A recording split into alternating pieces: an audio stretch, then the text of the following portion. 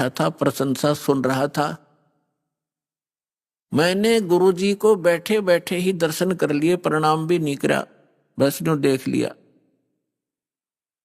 जबकि गुरुजी को खड़ा होके मैं खड़ा नहीं हुआ। मान बढ़ाई का मारा कि मेरी बेइज्जती हो जाएगी जब मैं खड़ा हो गया था, क्योंकि प्रशंसक सामने बैठे थे। अब गुरुजी को कोई ध्यान नहीं था, उसको तो कोई मतलब लेना देना ही नहीं होता। नियम बता दिए, जो पालन करेगा सफल होगा, जो तोड़ेगा खंडित करेगा वो दंडित होगा। गुरुजी जाकर मंदिर में अपनी पूजा अर्चना करने लग गए।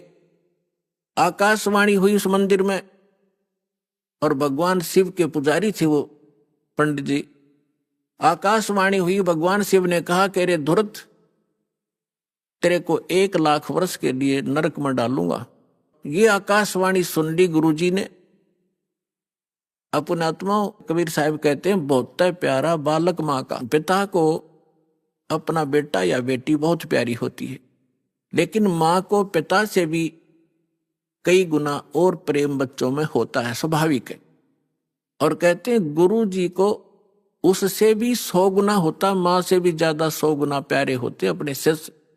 उनके भविष्य के बारे में वो इतना चिंतित रहता है। कहते हैं बहुत प्यारा बालक माँ का, उनसे बढ़कर शिष्य गुरुओं का।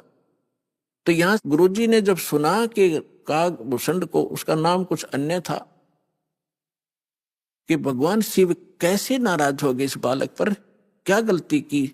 वो एकदम छोड़कर पूजा को आया कि बेटा क्या गलती की तूने, अक्षमा याचना कर। अरे बालक दर शिव का ध्याना, ताते बख्शे तेरे प्राण।